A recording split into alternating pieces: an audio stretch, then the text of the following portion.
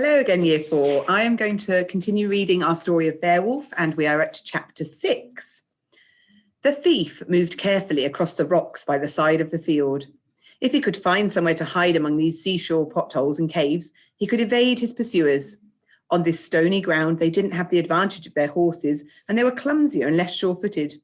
Spending all one's life peeping around corners and clambering across rooftops had its advantages. He leapt nimbly from rock to rock until he came across a small stream. The ground was boggy around the stream, and he looked for a suitable rock on the other side. There, he could just make it. He leapt with both feet, flailing with his arms for balance, and just about landed his feet on the far side of the stream. Unfortunately, the rock moved. It was only half bedded in the soft ground and shifted a crucial inch or two when he landed. Arms windmilling and biting his lip to stop himself from crying out, he fell into the marshy stream. It was quite shallow, but it was cold, very cold. Furthermore, it was on a steep slope and moving quickly. He tried to grab for the bank, but missed and was carried, slithering and sliding on the scree of the stream bed. Down he tumbled, lurching first one way and then the other, but never close enough to the bank to stop the downward momentum. The light was dim, but the thief could see that the bank ended just ahead, and he would be carried over the cliff. In desperation, he tried to throw himself up and out of the water, but he succeeded only in turning himself over and immersing his face in the freezing stream. He surfaced just in time to feel his feet slip over the edge. He moaned inwardly as he went over the edge to certain death, and then screamed with pain when he hit something moments later. Through a mist of tears, he looked down and realized he'd landed upon a gnarled tree stump that jutted out from the cliff face. As he waited for the throbbing pain to subside, he wondered why he couldn't have kept his legs together as he went over. But there was no time for self-pity. The stump was slowly falling into the sea, and his weight was accelerating that natural process. He looked round frantically and felt his heart leap. Just to his left and a little below was a ledge, and if his eyes weren't deceiving him, the blackness of the rock suggested it was the opening to a cave in the rock face. Manoeuvring himself so he was hanging from the stump was a heart-stopping process, as every movement made it shift in its moorings. At last, he was hanging by both arms, swinging gently to the left. A deep breath, eyes closed, and he jumped. 2 heartbeats missed, and he felt his feet touch the ledge.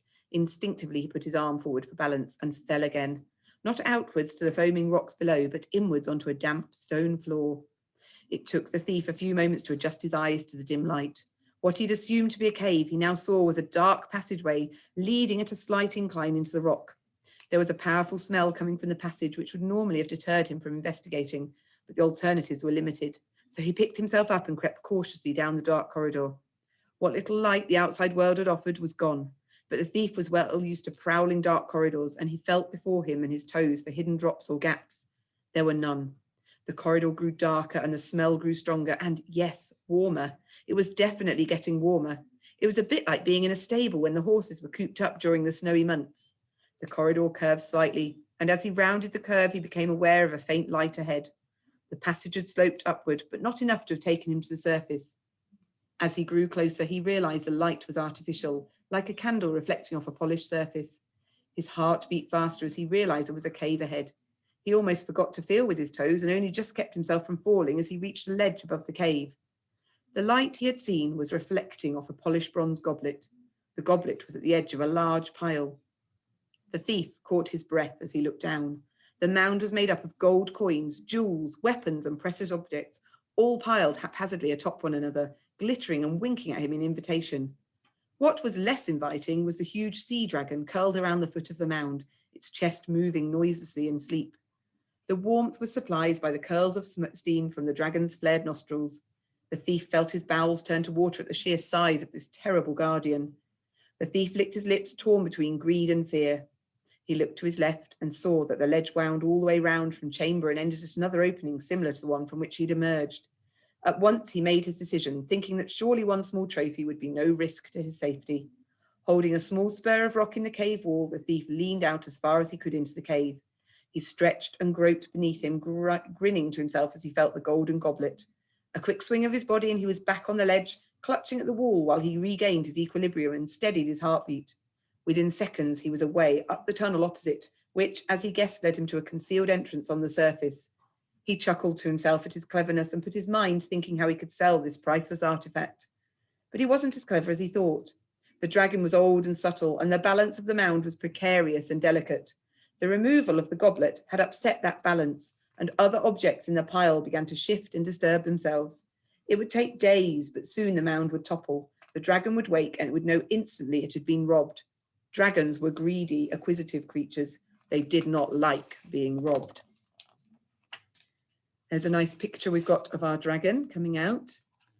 Many years had passed since I returned to the Danelands, though I received messages at intervals from the Geats, usually via travelling musicians or storytellers.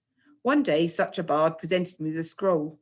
It was unusual for Beowulf to relay his messages on parchment, so I read it immediately.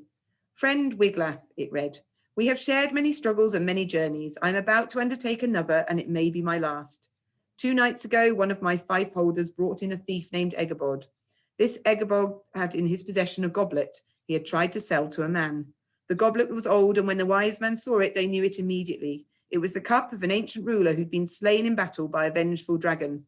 This dragon flies again, ancient and vindictive in its malice, and unrelenting in its search for its lost treasure. It burns and kills, not out of necessity, but out of spite, and to harm the race that harbours the thief. Tales have been spreading of the devastation on the south coast of the country, and the wreckage has been spreading further inland. As soon as the snows are past their worst, we shall ride to find this dragon and kill it, or be killed. Be safe and think well of your friend and ally, Beowulf. Be safe indeed. I was 45 and still strong, and I wasn't going to stay at home while my friend rode to his death. I went immediately to Aerling and asked his leave to sail to Beowulf's aid, and just as the Geat Lord had come to ours many years before. Knowing the history of our bond, he nodded his assent, and I sailed within 2 days. By the time I arrived at Beowulf's hall, the Geats were nearly ready to leave. There was a shout from among the men thronging the courtyard, and Bagmund, Beowulf's cousin, stepped forward to greet me and wring my hand in his giant fist. Beowulf himself was not far behind, clasping me to him in a bone-shaking embrace. All those of the party that fought Grendel are with us, those who remain alive at least, said Beowulf, a catch in his voice. You complete us, Wiglaf. He smiled that familiar smile, only now creases appeared at the corners of his mouth, and said, I knew you had come, old friend. Some things are meant to be. It is counted an honour in my land that I fought alongside the great Beowulf, I replied, and I would not stain the honour by deserting you now. A familiar one-eyed figure pushed quietly through the ranks. He patted my horse and whispered in its ear, not meeting my eye. Only as he moved away did he turn and look at me. Good to see you too, Scaife, I told him, grinning. The enigmatic warrior simply nodded and walked back to the hall. Beowulf chuckled. Much in my life has changed over the years, but never Scaife. Didn't understand him 30 years ago and still don't.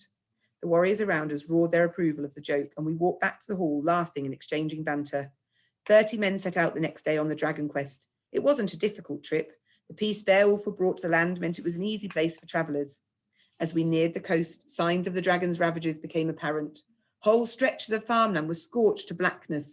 Burned out buildings and stunted trees stood stark on the landscapes as if hit by lightning. Beowulf's mood became darker as the signs of depredation increased.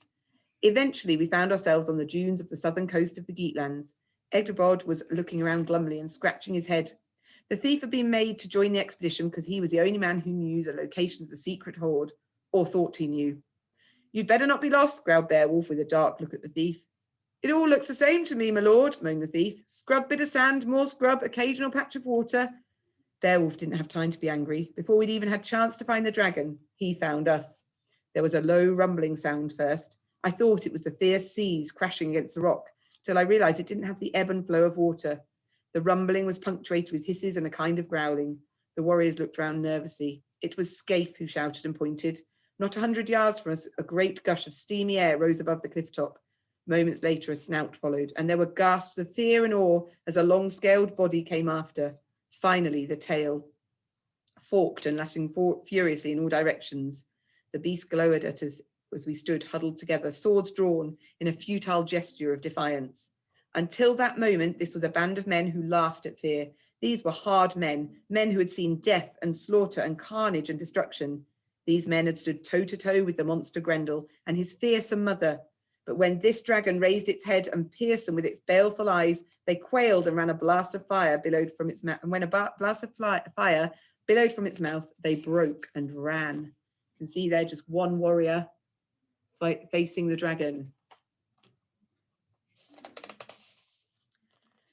3 remained. Beowulf nodded to his right and Scaife slowly paced that way, both swords raised at the ready. I took my cue and moved away to the left, my shield in front of me, an unfurled great sword in my other hand.